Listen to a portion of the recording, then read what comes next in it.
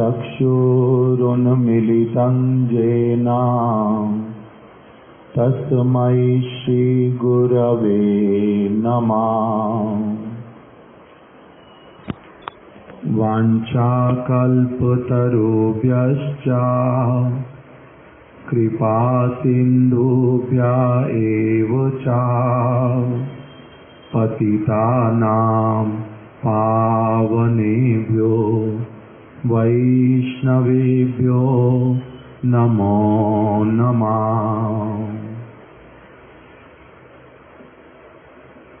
यं प्रव्रजन्तं मनुपेतमपेतकृत्यं द्वैपायनो विरहकातर आजुहावा पुत्रेति तन्मयतया सर्वो विनेदु त्वं सर्वभूत हृदयं मुनिमां नतोऽस्मि।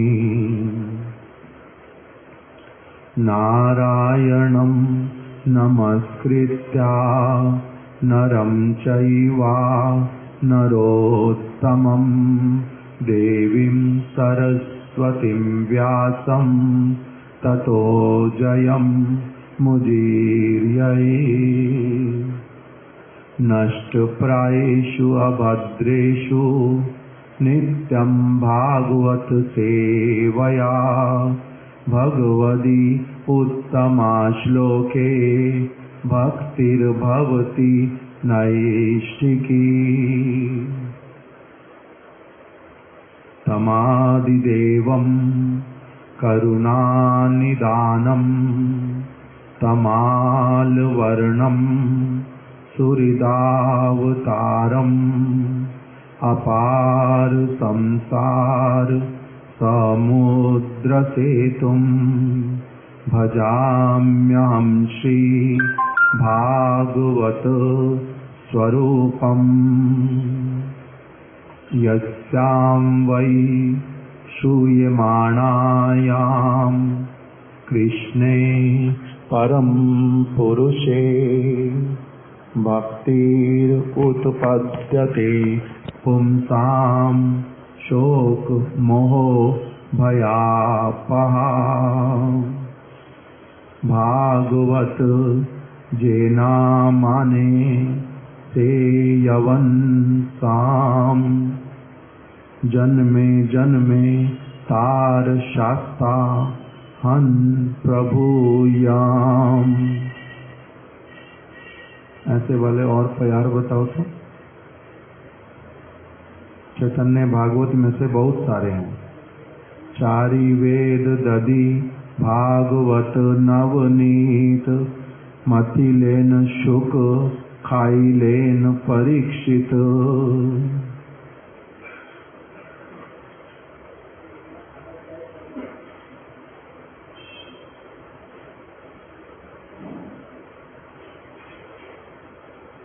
श्री कृष्ण चैतन्य प्रभु नित्यानंदा श्री अद्वैत गदाधर श्रीवासादि गौर भक्त वृंद।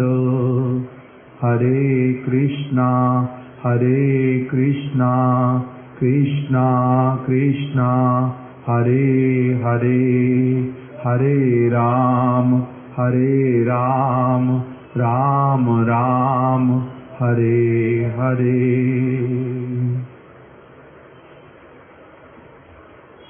श्रीमद्भागवतम सप्तम स्कंद अष्टम अध्याय।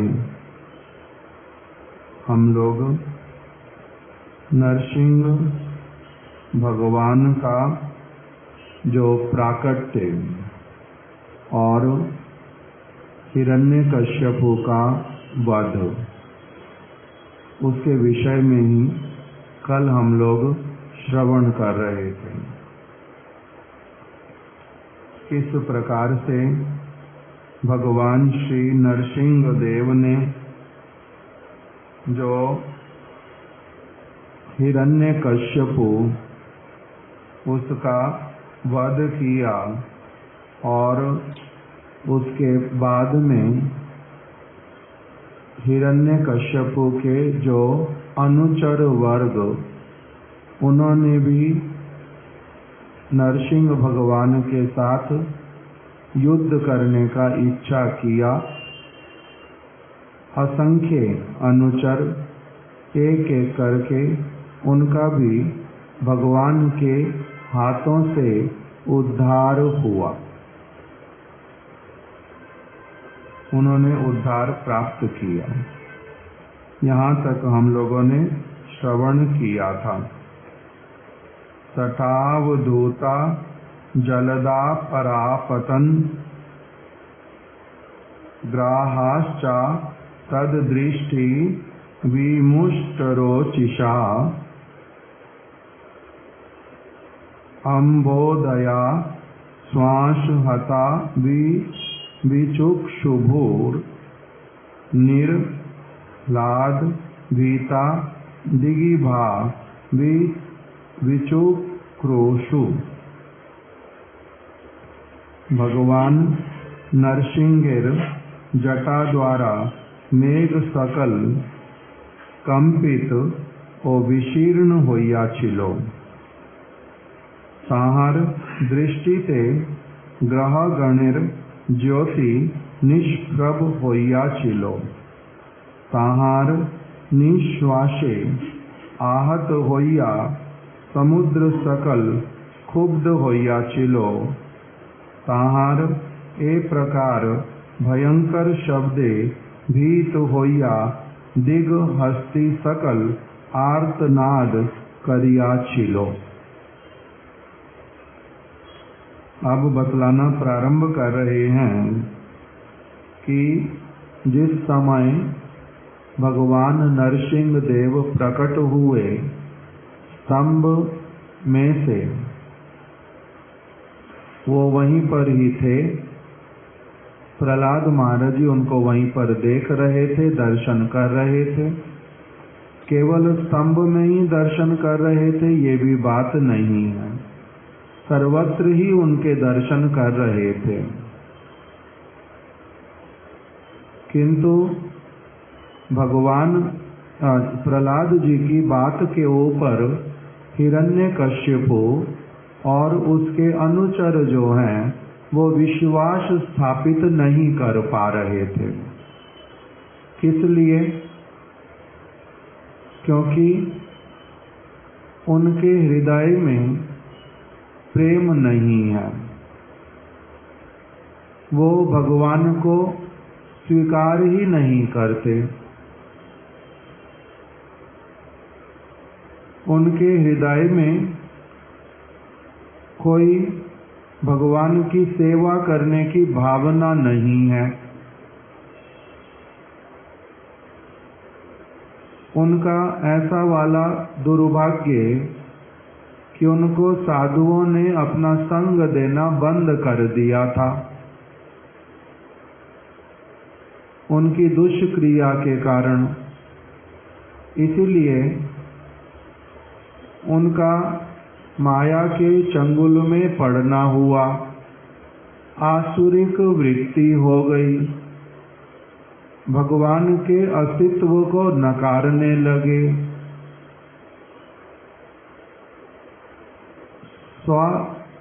अपनी इंद्रियों का ही सब समय, अपने शरीर का ही, इंद्रिय सुख का ही केवल वो विचार करते थे। उनके हृदय में काम क्रोध इत्यादि भरता जा रहा था। तो कैसे संभव था उनका भगवान की ओर देखना? वो तो दिन प्रतिदिन भगवान की ओर से दूर होते जा रहे थे, विमुख होते जा रहे थे, अधिक से अधिक।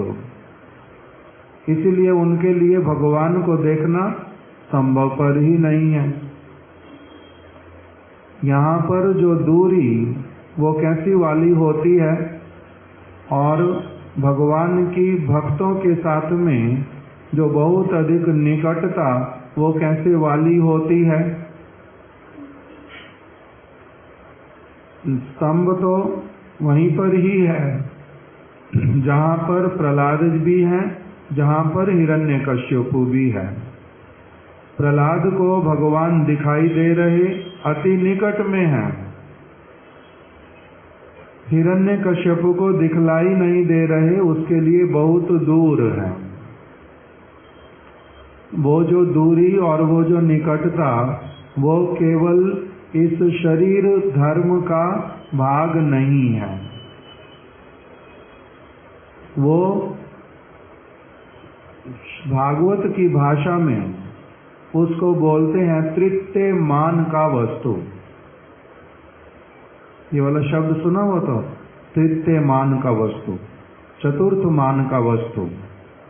इसको जैसे भगवान जो हैं वो तृतीय मान की वस्तु हैं, इस प्रकार का एक शब्द भागवत में आता है। प्रभुपाद जी उसको व्यवहार करते हैं। यहाँ पर हम लोग जो नाप लेते चीजों को, वो कैसे नापते हैं? मोटाई, गहराई, चौड़ाई, लंबाई, ऊंचाई, इन सारी वस्तुओं से इसको देखा जाता है। किंतु भगवान इस सब प्रकार की सीमाओं से परे हैं। वो जो जो सारा माप इस जगत के दृष्टिकोण से हो सकता है, वो उसमें सबसे छोटे भी बन सकते, जिससे उनको मापा नहीं जा सकता, माप के अंतर्गत आते नहीं। और फिर सबसे ऊंचा जहां तक मापा जा सकता, वो उससे भी बहुत ऊपर है, इसलिए उनको बोलते हैं तृतीय मान के परे की वस्तु। इस प्रकार का एक शब्द आता है।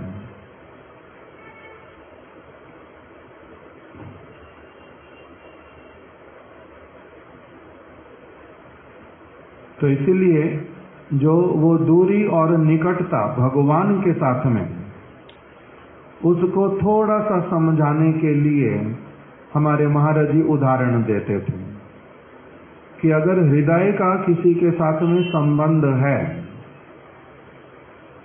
हृदय का संबंध है मतलब किसी के प्रति सद्भावना है, स्नेह है, किसी के प्रति एप्रिसिएशन है, किसी के प्रति समर्पण है, श्रद्धा है, तो उसके द्वारा क्या होता जाता है? अपनी आप से उसी को ही निकटता, वो निकटता होती जाती है, शारीरिक रूप से कोई कहीं भी क्यों ना रह रहा हो। और यदि हृदय की निकटता नहीं है, अच्छी भावना नहीं है, स्नेह नहीं है, आदर नहीं है, शरणागति नहीं है, समर्पण नहीं है, तो फिर जितना भी निकट में क्यों ना रह रहे हो, बहुत दूर हैं, बहुत दूर हैं। इसी प्रकार से जो स्तंभ के भीतर में भगवान इतना निकट होने पर भी हिरण्यकश्यपु को दिखलाई नहीं देते, उसको उसके अनुभव में नहीं आते, वो किसी भी प्रकार से उनको समझ नहीं पाता, देख नहीं पाता, अनुभव भी नहीं कर पाता। और प्रहलाद जी वहीं पर ही होने पर भी अनुभव भी कर रहे, देख भी रहे, उनके साथ सारा प्रकार का व्यवहार भी कर रहे हैं। तो इसीलिए भगवान को हिरण्यकश्यप क्यों नहीं देख पा रहा और प्रहलाद महाराज क्यों देख पा रहे हैं, इसके बीच में जो वस्तु है वो क्या है? संबंध, भावना, समर्पण, उसी के द्वारा ही ये सारा अंतर दिखलाई पड़ रहा है। तो अभी भगवान जो नरसिंह देव वो प्रकटित हो गए और किसके सामने प्रकटित हो गए? थे तो वहीं पर ही, हिरण्यकश्यपु और उनके सभासदों को भी दिखलाई देने लग गए।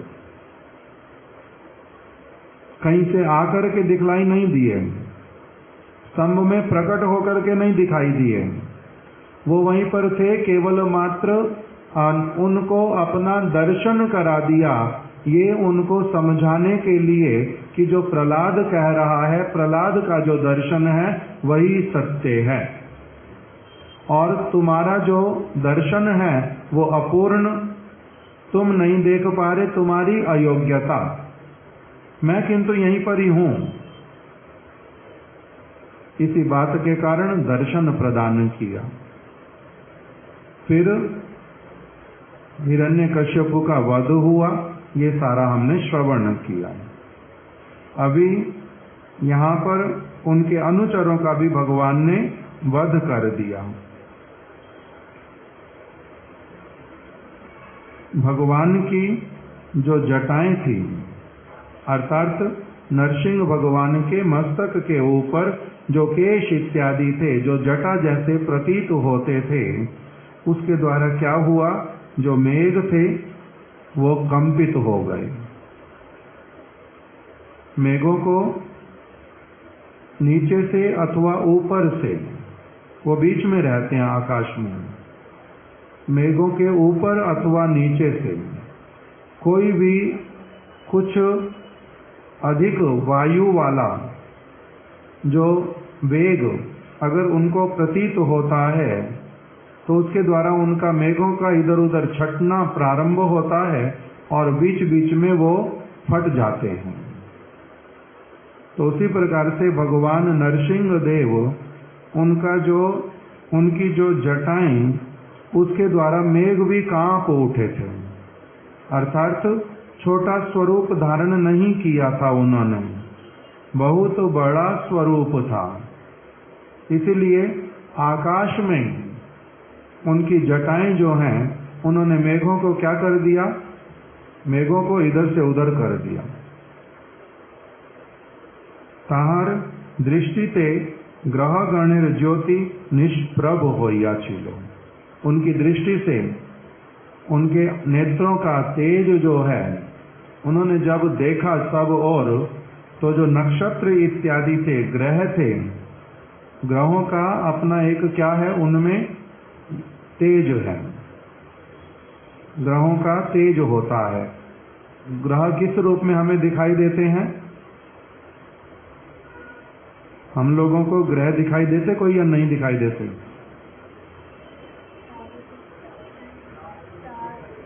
टेलीस्कोप से ऐसे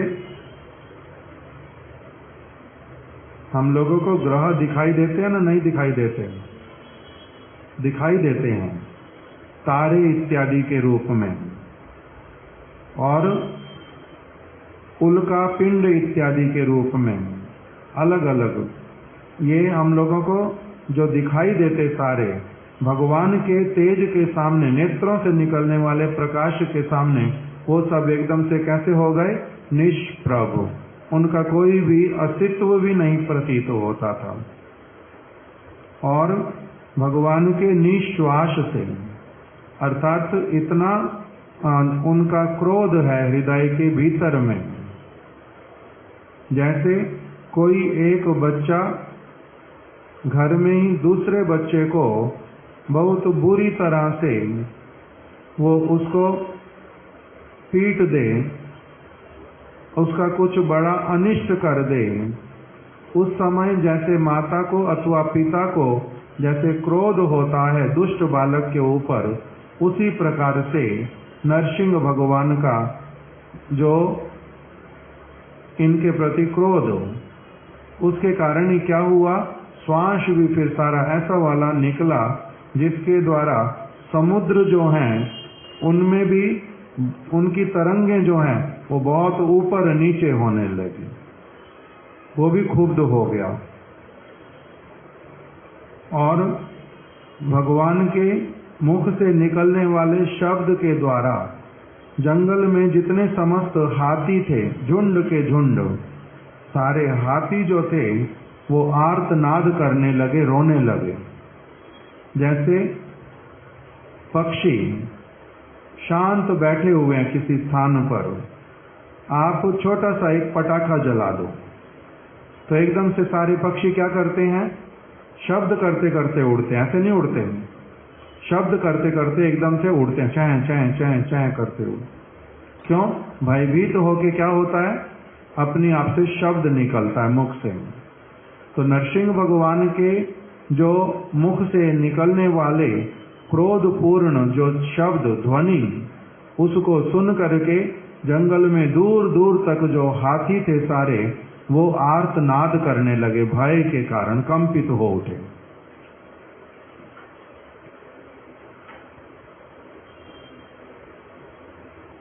द्योस्तत तटोत्क्षिप्त विमान संकुला प्रोत सर्पत क्षाचा पदाभिपीड़िता शैला समुत्पेतुर मृष्ये रमहसा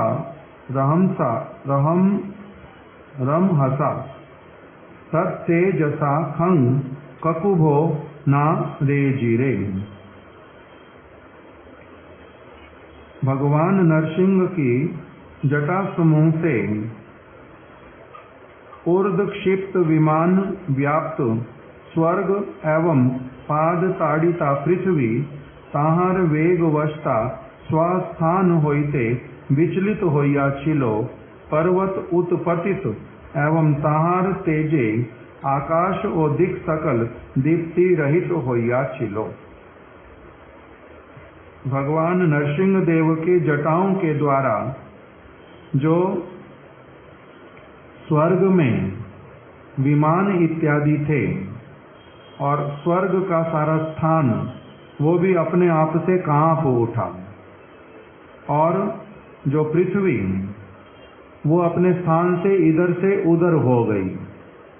भगवान के चरण कमलों के भार से पृथ्वी भी जो है वो इधर से उधर हिल गई पूरी तरह से। पर्वत जो हैं वो कुछ कुछ पर्वत तो पूरी तरह से जड़ के द्वारा उखड़ करके गिर पड़े, चूर्ण विचूर्ण हो गए, और भगवान के तेज से आकाश और सारी दिशाएं जो हैं वो दीप्ति रहित हो गई, अर्थात अंधकार ही छा गया सभी स्थानों पर।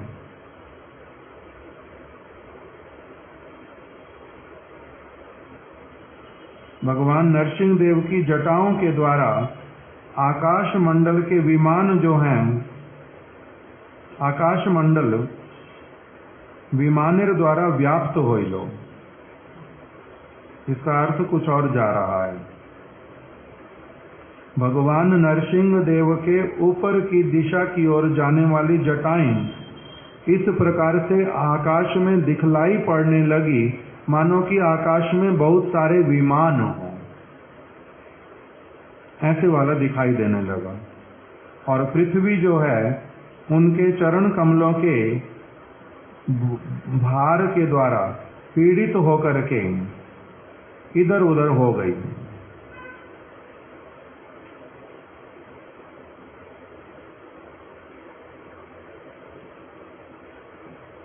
तथा सभायामुपविष्ट मुत्तमे निपासनेन संभूत तेजसं विभुम अलक्षित द्वैरथमस्यामर्षणं प्रचंड वक्त्रम न बबाज कश्चन। उसके बाद अत्यधिक क्रोधित विभु अर्थात जिनसे बड़ा और कोई भी नहीं है, और प्रतिद्वंद्वीहीन जिनका प्रतिद्वंद्वी कोई नहीं है, भगवान के विषय में बोल रहे हैं। ऐसे वाले भगवान नरसिंह जो उस समय कैसे हैं, अत्यधिक क्रोध में हैं। विभु तो वो हैं ही सब समय, प्रतिद्वंद्वीहीन हैं, संपूर्ण प्रकाश। अब क्योंकि जो हिरण्यकश्यपु और उसके अनुचर गण वो सारे परास्त हो गए और कोई भी अभी ऐसा सामने नहीं आ रहा है जो कोई बात करना चाहता, युद्ध करना चाहता। इसलिए अभी प्रतिद्वंद्वीहीन जो नरसिंह देव वो अभी भी कैसे हैं, किंतु अत्यधिक क्रोध में। संपूर्ण प्रकाश प्रचंड आनंद भगवान नरसिंह सभा मध्य अत्युत्कृष्ट राजा आसने उपवेशन कोरिले। जो राजा का आसन था, कौन से राजा का? हिरण्यकश्यपु का। जो बहुत बड़ा सिंहासन था, उस सिंहासन पर जाकर के वो बैठ गए। और जब वहां पर वो बैठ गए, भीति क्रमे के होई ताहार सेवा कोरिते समर्थ होइलो ना। सभी लोग बड़े भयभीत उनसे। एक एक करके अब वहां पर बहुत सारे देवता लोग आकर के उपस्थित हो गए। लक्ष्मी जी भी आकर के विराजित हो गई। ब्रह्मा जी हैं, रुद्र हैं, इंद्र हैं, सभी देवता लोग, एक एक करके नाम आएगा, वो सभी स्तुति करेंगे। सभी के सभी वहां पर आकर के उपस्थित हो गए, किंतु तब भी कोई भी उनके निकट जाने में समर्थ नहीं हुआ। उनको भय लग रहा है। किस लिए? नरसिंह देव का कुपित मुख देख करके, उनकी जटाओं को आकाश में फैले हुए देख करके, उनके नेत्रों से ऐसा एक ज्योति जो सारे ग्रहों को पूरी तरह से निष्प्रभ कर रहा है, ऐसे वाला जो नरसिंह भगवान का स्वरूप, उसको देख करके भयभीत होने के कारण कोई भी व्यक्ति उनके निकट आकर के कुछ भी करने में समर्थ नहीं हुआ। कुछ भी करने में भयभीत हैं सारे। राजा के सिंहासन पर क्यों बैठे नरसिंह भगवान? इसका भी टीका के अंतर्गत उत्तर दिया है कि जैसे राजनीति के अंतर्गत एक नियम है कि यदि एक राजा को पराजित कर दिया जाता है तो जो व्यक्ति पराजित करता है वो उसके सिंहासन के ऊपर बैठने का अधिकारी होता है। वो अपना बल प्रकाशित करता है कि आज से ये सिंहासन मेरा, पूरा राज्य मेरा, प्रजा सभी मेरे आदेश के अनुसार चलेगी। किसी को भी यदि विरोध करना, आकर के मेरे सामने उपस्थित हो जाए। तो इस भावना से भगवान नरसिंह देव हिरण्यकश्यप के सिंहासन पर पहले स्वयं ही बैठ गए, विराजित हो गए वहां पर। दूसरा क्या बतलाया कि ये जो हिरण्यकश्यप, ये उनका अपना ही भक्त, और उन्हीं के इच्छा से ही इस प्रकार की वृत्ति को प्राप्त उसने किया था। इसलिए अपने भक्त के सिंहासन के ऊपर बड़े आनंदित होकर के प्रभु वास करते हैं, बैठते हैं, उसमें कोई संकोच नहीं करते। इसीलिए भी वो उनके सिंहासन के ऊपर विराजित हो गए। निपासने उपविष्टन विष्टम हिरण्यकश्यपु के उसी राज सिंहासन पर उपविष्ट हो गए श्री नरसिंह देव। कोई किंतु आगे आया नहीं सेवा करने के लिए। जिनको उन्होंने पराजित किया तिन्हीं ताहार अधिकार ग्रहण करें। जो पराजित करता है वही फिर क्या करता है? सिंहासन पर बैठ जाता है। इसी राजनीति को प्रदर्शन करने के निमित्त ही नरसिंह देव हिरण्यकश्यपु को पराजित करके उसके सिंहासन पर अधिकार करके बैठ गए। दूसरा, अथवा निज भृत्ते शापग्रस्त होइले। शापग्रस्त होने पर भी हिरण्यकश्यपु जो है वो था कौन? उनका अपना ही दास। ताते स्वाभिमान कि ये तो मेरा अपना ही है, इसकी सारी वस्तुएं मेरी हैं। यही व्यक्ति हमारा भृत्य, ये मेरा भृत्य है, ऐसे वाली हृदय में भावना है। स्वाभिमान त्यागेर अभाव व्यंजित होइलो, ये सब कुछ मेरा ही है। जिन्हीं ऋषि गणेर द्वारा वो सादरे समर्पित मंत्रपूत आसन आदि उपहार समूह साक्षात अंगीकार करें ना। कह रहे भगवान कैसे वाले हैं? ऐसे तो ऋषि लोग जो पवित्र जीवन यापन करते हैं, जो वेदों की वाणियों के अनुसार जीवन अपना यापन करते हैं, पवित्र जीवन। किसी प्रकार की हिंसा नहीं करते, सबके मंगल की ही चेष्टा कामना करते हैं और भगवान के प्रति अच्छी भावनाएं रखते हैं। उनसे पूरी तरह से समाधि के माध्यम से, अपने साधन के माध्यम से उनके साथ में संबंध युक्त होना चाहते हैं। विषयों की कोई भी वस्तु नहीं करते।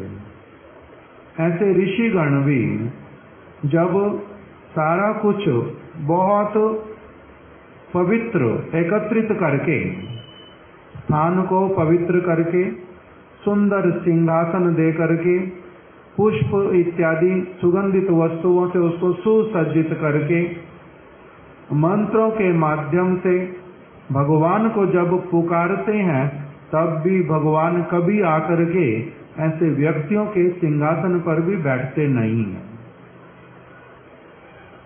किसके सिंहासन पर बैठते हैं भगवान? जहां पर उनका भक्त रहता है, जहां उनके भक्त सेवामय वृत्ति के द्वारा उनका आह्वान करते हैं। तो आह्वान नहीं करने पर भी भगवान अपनी आप से आके बैठ जाते हैं। सबके सिंहासन को देने पर भी स्वीकार नहीं करते। जैसे भोजन का हम लोगों को पता है, दुर्योधन ने 56 भोग निवेदन कर दिए, सुंदर सुंदर उत्कृष्ट पकवान बनवाए, पात्र बड़े सुंदर, दिखने में सारा कुछ बहुत अच्छा, किंतु तब भी कृष्ण ने स्वीकार किया नहीं, उसके कहने पर भी नहीं किया। उसने बहुत कहा थोड़ा सा कुछ ले लो, तब भी लिया नहीं। वहां कारण भी बतलाए कि किसका किसका वस्तु लिया जा सकता है और किसका किसका नहीं लिया जा सकता। भगवान तो अभावग्रस्त व्यक्ति नहीं है। इसलिए हमारे श्रील त्रिविक्रम गोस्वामी महाराज जी, एक उनका कथा है, उसमें वो बोल रहे हैं Krishna is hungry for love. Krishna जो हैं वो प्रेम के भूखे हैं, उनके पास और किसी चीज का अभाव नहीं है। वो इच्छा करने से ही सब कुछ अपने आप प्रकटित हो जाता है। हम उनको क्या दे सकते हैं? हम उनको दे कुछ भी नहीं सकते, किंतु वो जिसकी भी जो भी चीज लेते हैं वो केवल किस लिए लेते हैं? उस व्यक्ति के हृदय में प्रेम को देख करके। प्रेम यदि है, प्रेम नहीं वो भक्त हृदयम, भक्त के हृदय में प्रेम को देख करके ही वो लेते हैं। और कोई कोई भक्त ऐसा होता है दिया भी नहीं, अपनी आप से छीन करके भी लेते हैं। विदुरानी ने केला खिलाया नहीं था, विदुरानी ने इच्छा भी नहीं की थी, वो तो बावरी जैसी हो गई थी देखने से ही कृष्ण को। कृष्ण ने अपनी आप दिखाया, बगीचे में केले का गुच्छा जो है बड़ा पका हुआ सुंदर, एकदम से मेरे को आकर्षित कर रहा है, लोभ आ रहा मेरी जीवा के ऊपर उसको देख करके। विदुरानी वो केले ला करके खिला दो, अपनी आप से कहा था। तो कृष्ण ने कह दिया, विदुरानी ले आई, केले नीचे गिराती गई गिरी को, और खिला क्या रही है? छिलका। वो भी उन्होंने बड़े प्रेम से खा लिया। यहां पर मांग करके तो खाया है, विदुरानी ने दिया नहीं है, मांग करके भी ले लेते। किसके द्वारा? किससे? भक्त से। और रघुनाथ दास गोस्वामी से सूखे हुए चावल जो गाय भी नहीं खाना चाहती थी और कोई पशु भी नहीं खाना चाहता था, उसी को ही रघुनाथ दास गोस्वामी ने धो करके अच्छे से सड़े हुए चावलों को, उसमें जो सूखा हुआ भाग छोटा छोटा मिल गया बीच में से, उसी को ही धो करके वो नमक मिला के खा रहे थे। और चैतन्य महाप्रभु ने छीन लिया उनसे, खासा वस्तु खाओ, इतनी अच्छी चीज खाते हो, मेरे को देते नहीं कभी भी। छीन करके खाने लगे। दूसरा सुदामा जी का। सुदामा जी को लगा ऐसी चीज मैं लाया हूं, लाया बहुत कम, वो भी मांग करके लाया। फिर ऐसे व्यक्ति के लिए लाया जिनके दासों के दास भी ये कोई चीज नहीं खाएंगे, जिनके घर का पशु भी मेरी वाली वस्तु को नहीं खाएगा, इसलिए देता ही नहीं, संकोच होता है, छिपा करके ही रख लिया बगल में। कृष्ण ने किंतु जबरदस्ती करके निकाल करके खा लिया। तो अब इसी बात से समझना चाहिए, जो नरसिंह भगवान है तो भगवान, हिरण्यकश्यप के सिंहासन पर क्यों बैठे, उसके सिंहासन पर किस लिए बैठ गए? ऐसे तो सब कुछ ही भगवान का है, कण कण में ही जब विराजमान है, बार बार सुन रहे, सर्वत्र है, तो कौन सी ऐसी चीज जहां पर वो नहीं है? सभी स्थानों पर ही है। किंतु तब भी दूसरे दृष्टिकोण से जब दिखलाते हैं, भक्तों का प्रेम वर्धित करने के लिए, सर्वत्र होने पर भी भक्त उनको क्या करते हैं? सेवा करते हैं। जो सर्वत्र है उसका सेवा करना सहज। आकाश की कैसे सेवा करें? कण कण में है, कहां सेवा करो? उसी कण, एक कण में से ही पूर्ण प्रकटित हो जाते हैं, उसी में उनका मुख, हस्त कमल, चरण कमल सब कुछ प्रकटित हो जाता। तब फिर जो भक्त सेवा करना चाहते, उनकी सेवा को पूर्ण रूप में ग्रहण करते हैं। सर्वत्र होने पर भी अब यहां पर क्या दिखलाया? सिंहासन पर नहीं थे, किंतु अब अधिकार किया, वहां पर जाकर के बैठ गए। किस लिए? क्योंकि वो उनके भक्त का मन में भावना क्या है? उसका सारा कुछ ही क्या है? मेरा है। ऐसे तो उसका सारा कुछ क्या, सब कुछ, सारा कुछ ही तो उन्हीं का। दुर्योधन के पास में जो भोजन था, जो पात्र थे, जो स्थान था, वो सारा किसका था? वो सारा किसका था? भगवान का ही था। किंतु अपना होने पर भी जब उसको कोई व्यक्ति दुष्ट बुद्धि, दुष्ट भावना के साथ में लेकर के बैठ जाता, वो तब उसको भी स्वीकार नहीं करते। वस्तु तो उन्हीं की ही, उन्हीं की वस्तु है ना, किसी और की है? जब सब कुछ उन्हीं का, सर्वत्र वो है, तब फिर दुर्योधन के पास में भी जो सब कुछ है वो किसका है? प्रभु का ही है। होने पर भी, क्योंकि वो आत्मा राम, उनको नहीं लेने से और लेने से कुछ असुविधा होता नहीं। वो हमारी तरह जो तमोगुण, रजोगुण, सतोगुण के द्वारा प्रभावित नहीं है। उनका मन और बुद्धि हमारी तरह नहीं चलता, उनका विचार बहुत अलग प्रकार का होता है, उनके विचार बिल्कुल अलग। भगवद नीति पूर्ण रूप में स्वतंत्र और इतनी पवित्र कि हम लोग उसको, उसकी था नहीं पा पाते। हम लोग का मतलब, अपना नहीं बोल रहा हूं, हम लोग का मतलब जो भगवान के परम श्रेष्ठ भक्तगण बार बार उनके ऊपर बलिहारी जाते हैं, उनके ऊपर पूर्ण रूप में अपने आप को समर्पित कर देते हैं, किंतु उनके गुणों की, उनके विचारों की था नहीं पा पाते। अनंत देव, व्यास मुनि, श्री सुखदेव गोस्वामी, नारद ऋषि, वो भी जब उनकी नीतियों को देखते हैं कि किस प्रकार के विचार के अनुरूप ये सारा कुछ करते हैं, वो भी अत्यधिक आश्चर्यचकित सब समय के लिए रहते हैं कि प्रभु हैं तो हैं कैसे? जो देना नहीं चाहता उन्हीं की वस्तु को ही, उसकी स्वतंत्रता में भी हस्तक्षेप नहीं करते। वो अगर किसी प्रकार से देने की इच्छा भी करता है, तब उसको भी उल्टा क्या कहते हैं कि नहीं नहीं, तुम्हारे पास ही रहने दो, मेरे को ये वस्तु चाहिए ही नहीं। कोई व्यक्ति जब तक परम प्रसन्न हो करके उन्हीं की सारी वस्तु है, उन्हीं के लिए है, जब तक इस विचार के साथ में, इस भावना के साथ में उन्नत नहीं हो जाता, तब तक प्रभु किसी का कुछ नहीं लेते। आवश्यकता ही नहीं है। इतना भंडार है, इतना भंडार है, जिसने जितना लेना ले लो, उनका सब समय तब भी अक्षुण्ण रहता है और अधिक से अधिक सब कुछ वर्धित होता है। उनका किसी भी चीज में कोई कमी ही पड़ता नहीं है।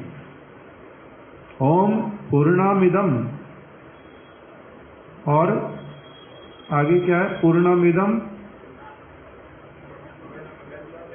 पूर्णम अभिगच्छते। पूर्ण में से पूर्ण चला जाए, पूर्ण में से पूर्ण चला जाए, तब भी वो पूर्ण रहते हैं। उनका सारा कुछ सारे ले लो, उनके पास तब भी कितना रहता है? पूर्ण रहता है, क्योंकि लेने वाले का सामर्थ्य ही नहीं है। कितना ले लेगा? समुद्र में से जिसने जितना जल लेना, पृथ्वी के सारे लोग मिल करके, पृथ्वी के सारे लोग मिल करके भी अगर उसका जल जितना उठा सकते, उठा के जहां ले जाना ले जाओ, किंतु समुद्र को कुछ नहीं होता, कुछ नहीं होता। ऐसे वाली पूर्ण वस्तु भगवान। तो इसलिए यहां पर बोल रहे हैं कि जो ऋषिगण, जिनके कुछ अनर्थ रह जाते, जिनका कुछ कसाय रह जाता, जिनमें कुछ अहम भाव रह जाता, जिनका अभी चित्त पूर्ण रूप में शुद्ध नहीं होता, वो लोग भी यदि आसन इत्यादि देते हैं, पवित्र करके सारा कुछ मंत्रों के द्वारा, उनके सिंहासन पर भी प्रभु कभी नहीं पधारते। किंतु हिरण्यकश्यपु के सिंहासन के ऊपर बैठ गए, यही अपने आप में क्या प्रमाणित करता है कि ये उनके परिकर और केवल लीला के लिए ही ये सब कुछ केवल दिखलाई दिया। अब जब लीला के लिए दिखलाया, उसमें क्रूरता ये समझ आती है क्या होती है? जैसे फिल्म कोई देखने के लिए गए, उसमें विलेन को जो एक्टर हीरो, उसने बड़ी अच्छी तरह से, बहुत बुरी तरह से उसको मार डाला, बुरी तरह से मार डाला, और अत्यंत क्रोधित दिखाई दे रहा है। तो इसके द्वारा जिसका वध किया, उसके प्रति क्रूरता हुआ या नहीं हुआ? जो लीला में दिखाई दे रहा है, जो प्ले में दिखाई दे रहा है, मूवी में जो दिखाई दे रहा है, जिसको मारा गया वो मर गया तो ना? नहीं मरा, मर गया, केवल स्क्रीन पे मरा है, ऐसे नहीं मरा है। उसके ऊपर अत्याचार हुआ तो बहुत अधिक, अथवा उसने अत्याचार किया तो नहीं, कुछ नहीं हुआ था। केवल जो देखने वाले लोग, उनको एक संवाद दिया जा रहा है, एक मैसेज दिया जा रहा है, संदेश, कि अगर इस प्रकार का कोई भी कार्य, कोई भी व्यक्ति करने की इच्छा करता है, उसकी गति क्या होती है, माया उसको कैसे कष्ट देती है, वो कभी भी अपने अमरत्व प्राप्त करने में इस जगत में सफल नहीं हो पाता। ये सारा जो कुछ सिखाना चाहते हैं, उसी को केवल देखना है, उसी को देखना है और किसी वस्तु को नहीं। अन्यथा भगवान की क्रूरता में और साधारण व्यक्ति की क्रूरता में फिर कुछ अंतर ही नहीं रह जाएगा। जो तामसिक क्रिया जगत के लोग करते, किसी का वध करके, किसी को अत्यधिक कष्ट पहुंचा करके, और भगवान की भी वही फिर तामसिक क्रिया ही बन जाएगी। किंतु भगवान स्वयं ही, उनका स्वरूपता ही वो क्या है? मायाधीश, शुद्ध सत्व में प्रतिष्ठित, वो ऐसा कोई कार्य कर ही नहीं सकते। तो जैसा भी हो, अभी यहाँ पर विषय क्या बतला रहे थे कि नरसिंह भगवान किसके सिंहासन पर बैठ गए? हिरण्यकश्यपु के। ये मेरा भक्त ये शापग्रस्त था, असुर भाव युक्त हो गया था, किंतु है तो मेरा भक्त ही। निज भक्त कर्तृक अदत्त होइल्यो, उसके द्वारा नहीं दिए जाने पर भी साक्षात रूप में उसने नहीं कहा मेरे सिंहासन पर बैठ जाओ, आओ प्रभु विराजित हो जाओ। अदत्त, बिना दिए भी, बिना कहे भी प्रभु भक्त की वस्तु को वो अपना ही समझते हैं। इसीलिए चैतन्य भागवत में बतला दिया, अभक्तेर द्रव्य प्रभु उलटी नाई चाहे, भक्तेर द्रव्य प्रभु काढ़ी काढ़ी खाए। भक्त की वस्तु को भगवान क्या करते हैं, अपनी आप से मांग करके, देने पर ले लेते, नहीं देने पर मांग लेते, मांगने पर नहीं मिलने पर छीन लेते। ये सारा कुछ किसके साथ कर लेते हैं, भक्त के साथ में। भक्तेर द्रव्य प्रभु, भक्त के द्रव्यों को, द्रव्य मतलब भक्त का जो कुछ है, जो कुछ भी है भक्त का, वो सब कुछ तो क्या कर लेते हैं, देने पर लेते हैं, नहीं देने पर मांग लेते, मांगने पर नहीं मिलने पर छीन लेते। और अभक्तेर द्रव्य प्रभु, अभक्त यदि कोई हो उसके देने पर लेते ही नहीं, मांगने की तो छीनने की तो बात ही कभी नहीं आती।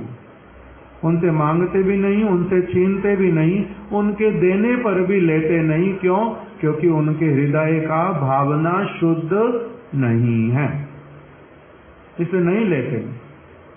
यही कार्य गुरु वर्ग करते हैं, जो किस स्थिति वाले हैं, भगवान के जैसी शुद्ध सत्व वाली चित्त वृत्ति वाले। वो केवल मात्र भक्त की शुद्ध भावना के कारण ही उसकी वस्तु को लेते हैं, अन्यथा किसी की कोई वस्तु उनको आवश्यकता ही नहीं होती। गुरुदेव उदाहरण देते थे, सुखदेव गोस्वामी किसी की कोई भी वस्तु नहीं लेते, वस्त्र लेते नहीं, दिगंबर है। भोजन किसी से लेते नहीं, जल तक भी लेते नहीं, भूख और प्यास लगती ही नहीं। कुटिया कोई बना देगा, वो बैठ जाएंगे, रह जाएंगे, कुटिया आवश्यकता ही नहीं, उनको कुछ नहीं चाहिए, कुछ भी नहीं चाहिए। फिर उनको प्रसन्न कैसे करते हैं? तब गुरुदेव बोलते थे कि उनको यदि कोई देख करके, वो तो किसी की तरफ देखते भी नहीं, कोई आदर कर रहा तब भी देखते नहीं, कोई अनादर कर रहा तब भी देखते नहीं। क्यों? क्योंकि ये कृष्ण बहिर्मुख, सेवा वासना रहित, भोग में लिप्त, इसलिए उनके साथ कोई संबंध ही रखते नहीं, पूर्ण रूप में उससे निरपेक्ष। कीचड़ में जैसे कमल रहता है, दिखलाई देता वहीं है, किंतु वहां कोसों दूर है, वहां है ही नहीं, कुछ लेते नहीं किसी का भी। किंतु यदि कोई बोल दे जय जय राधा रमण हरि बोल, जय जय राधा रमण हरि बोल, एकदम से उसकी ओर देखते हैं, जी ये कौन है व्यक्ति, ये कौन है जो मेरे प्रभु का नाम गान कर रहा है, तब उसकी ओर दृष्टिपात करते हैं।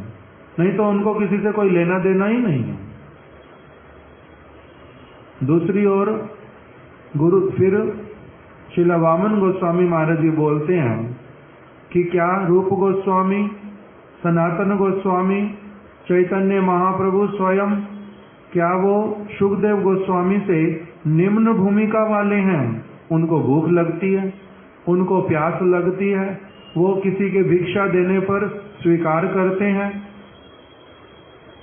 तो कहते नहीं, ये लोग सुखदेव गोस्वामी से कम भूमिका वाले नहीं हैं। उसी प्रकार से आत्म तत्व में पूर्ण प्रतिष्ठित, अंतश्चिंतित देह के द्वारा सब समय नित्य गोलोक वृंदावन में विराजित, बाहर की कोई वस्तु नहीं लेने पर भी इनके जीवन में कोई अंतर आता नहीं। रघुनाथ दास गोस्वामी ने वही वस्तु दिखला दी, थोड़ा सा मट्ठा केवल ले लेते जीवन अपने आप चलता जा रहा है।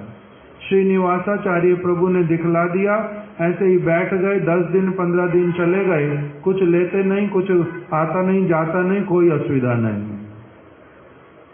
उनका भी उसी प्रकार का अवस्था, किंतु तब भी जो लेते हैं वो किस लिए लेते हैं?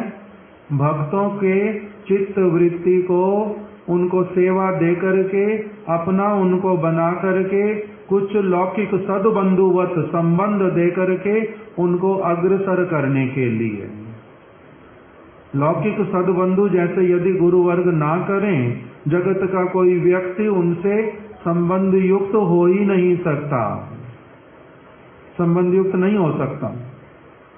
इसलिए जो भक्ति के अंग बतलाए 64 अंगों में सबसे पहले कौन से वाले अंग आए सारे?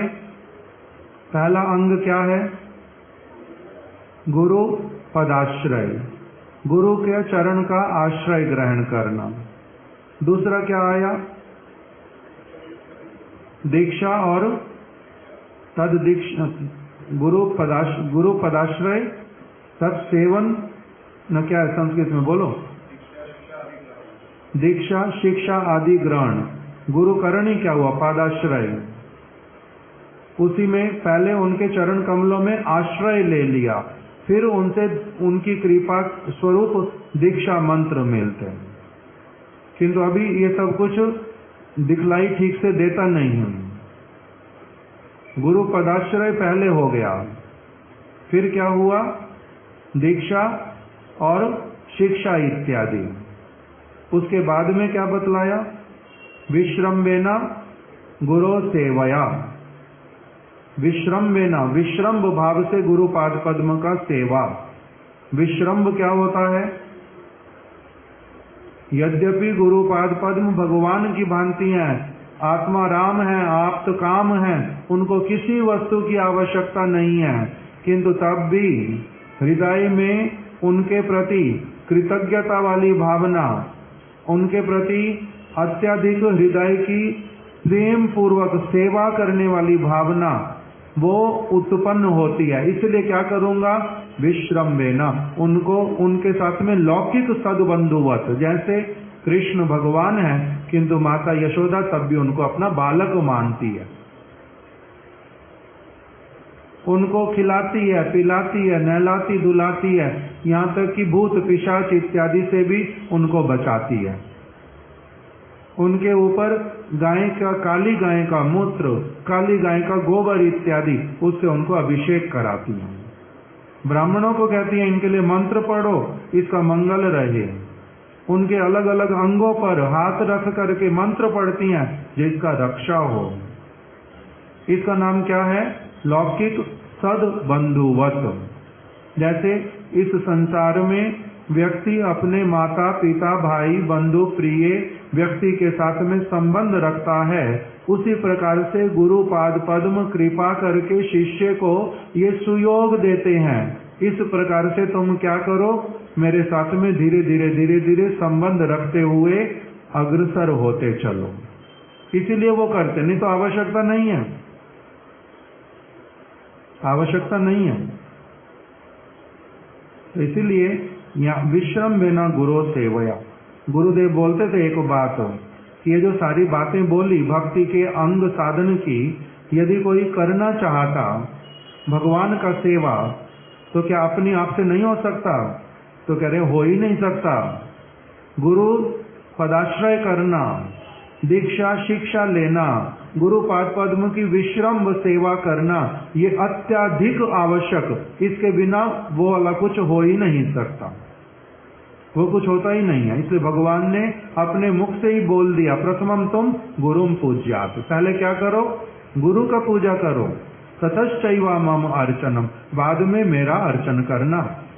करोतिम सिद्धिम अवापनोति, यदि ऐसा करोगे तब तो तुम समर्थ हो पाओगे मेरी सेवा करने में। अन्यथा निष्फलम भवेत, नहीं तो कभी भी होगा नहीं, तुम्हारे सारे प्रयास असफल ही रहेंगे। तो क्या बतला दिया कि ये करना अवश्यम भावी है, गुरु पदाश्रय। तब उनके साथ में फिर क्या होता है, गुरुदेव बोलते थे सारा कुछ पहले गुरु पाद पद्म के साथ में उनके जैसे मेरे प्रति परम स्नेहशील और परम भक्त वैसे वाले वैष्णवों के संग से मेरा क्या होगा, ये सारा भावना वर्धित होगा, डेवलप होगा, फिर धीरे धीरे भगवान के प्रति जाएगा, अन्यथा हो ही नहीं सकता, संभव नहीं है। तो इसलिए जो गुरु पदाश्रय इत्यादि शिक्षा दीक्षा विश्रम बिना गुरु सेवा ये सारी वस्तुएं गुरुदेव बोलते थे अत्यधिक आवश्यक, ये करना ही करना पड़ेगा, नहीं तो भगवान के साथ कभी संबंध हो ही नहीं सकता, नहीं हो सकता। उसी के द्वारा प्रस्तुति होती है। यहीं पर मेरा स्वतंत्रता छूटना, मेरी भूल का मुझे पकड़ना, स्नेह का समझना और सेवा का करना, ये सारा कुछ मेरा सीखना होता है। सारा चित्त वृत्ति का डेवलप होना, तब नहीं तो भगवान की सेवा में जाकर के सब समय भूल करेंगे और वही मेरी सुधारते रहेंगे, मेरे को टॉलरेट करते रहेंगे, दुखी होते रहेंगे, ऐसे वाला होता नहीं। तो इसलिए कह रहे हैं कि ऋषिगण भी आदर के साथ में समर्पित करके मंत्रपूत करके आसन इत्यादि देने पर भी और उपहार समूह भी सारे उपस्थित कर देते हैं, केवल सिंहासन नहीं तैयार करते, स्थान को सजा देते, स्थान को शुद्ध कर देते, स्थान स्थान पर ठंडक की सारी वस्तुएं पुष्प इत्यादि लगा देते, आसन पर बैठा देंगे, आरती का सारा सामान प्रस्तुत रखते, भोजन का सारा कुछ प्रस्तुत है, सब कुछ करके रखने पर भी भगवान आते ही नहीं, आते ही नहीं। क्यों? क्योंकि उनमें क्या है, अभी तमोगुण रजोगुण सतोगुण का कुछ भाव अभी भी है, मिश्रित है, भगवान ऐसे स्थान पर पहुंचते ही नहीं। भगवान शुद्ध सत्वमय, भगवान की सेवा करने के लिए भगवान तक हमें पहुंचना पड़ता है। जैसे महाराज जी उदाहरण देते थे, गुरुपाद पद्म 12वीं मंजिल पर है और तुम उनकी सेवा करना चाहते हो, तो उनको कहोगे कि 12वीं मंजिल से नीचे उतर करके आओ, क्योंकि मैं नीचे हूं, यहीं आपकी सेवा करूंगा। या फिर तुम अपने आप को ऊपर उठाओगे और वहां तक जाओगे और उनकी सेवा करोगे, तुम्हें ऊपर उठना पड़ेगा, तब सेवा हो पाएगी। ना देव देवम अर्चयेत, जब तक तुम स्वयं उस चित्त वृत्ति वाली नहीं पहुंचते भगवान की गुरुपाद पद्म की, तब तक तुम उनकी सेवा नहीं कर सकते। कैसे सेवा करेंगे? उनके साथ में ही नहीं है, उनकी बात सुनने का अवसर नहीं है, उनको देखने का अवसर नहीं है, योग्यता नहीं है। तो ये देखने की योग्यता कैसे होती है? गुरुदेव बोलते थे ये अंतर डेवलपमेंट है, बाहरी नेत्रों से कानों से ये सब नहीं दिखाई देता। उसके लिए उदाहरण देते थे सूरदास जी का। सूरदास जी के बाहरी नेत्र नहीं थे, बाहरी नेत्र हो ना हो उससे भी आता जाता नहीं कुछ। सूरदास जी ने कैसे भगवान को देखा था उसके विषय में आता है। रहते थे चंद्र सरोवर में वल्लभाचार्य जी के पुत्र के साथ में, विठल देव के साथ में। विठल देव जी देखते हैं रोज दर्शन करने के लिए आते हैं, उनको तो इनके प्रति पूर्ण रूप में समर्पण है। ये गुरु भाई,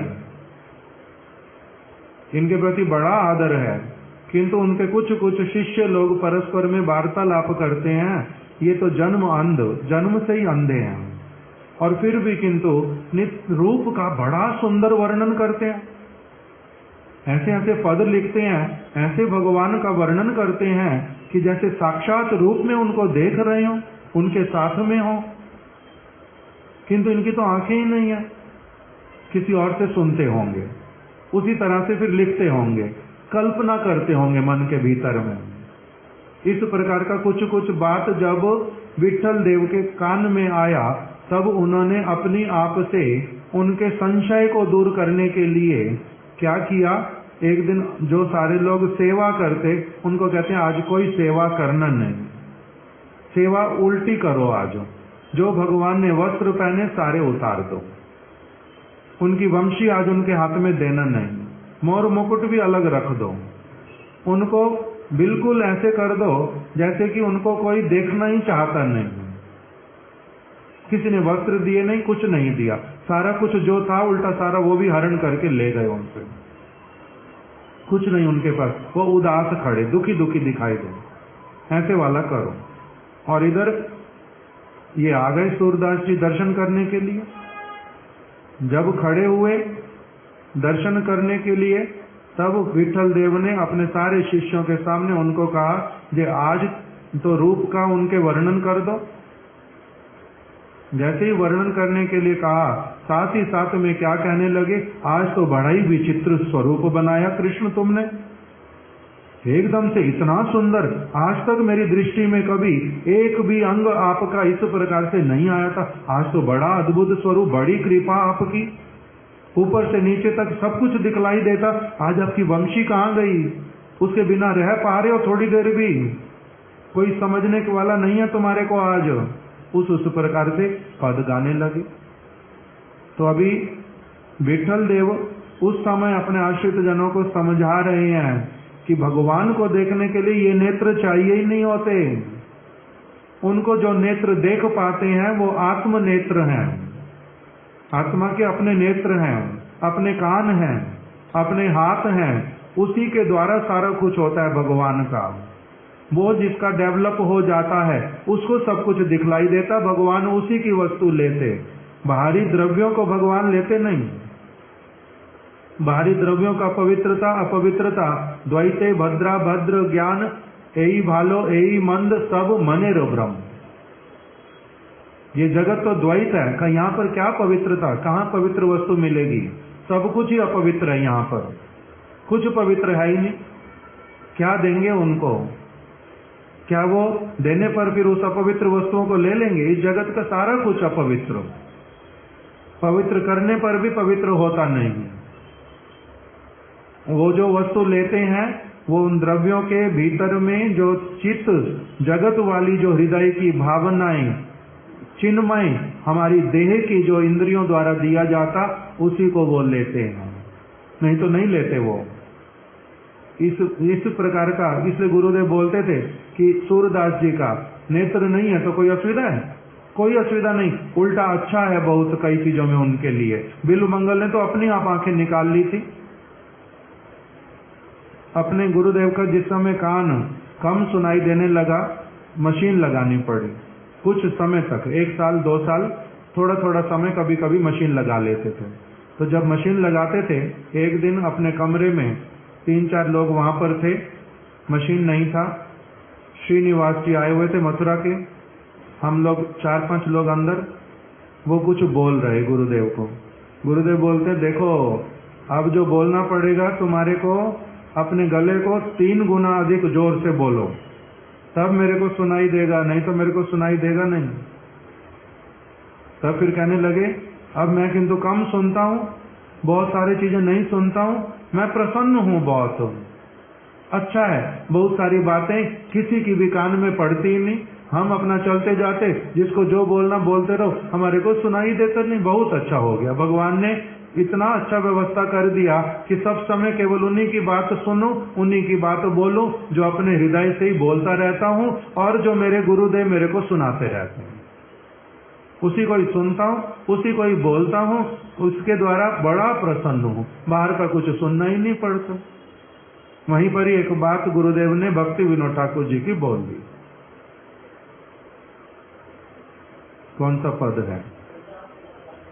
हाँ, संसार फुकार काने ना पशीबे, संसार फुकार अब कान में आएगी ही नहीं, जिसको जो बोलना बोलते रहो, हमारे कोई असुविधा ही नहीं है।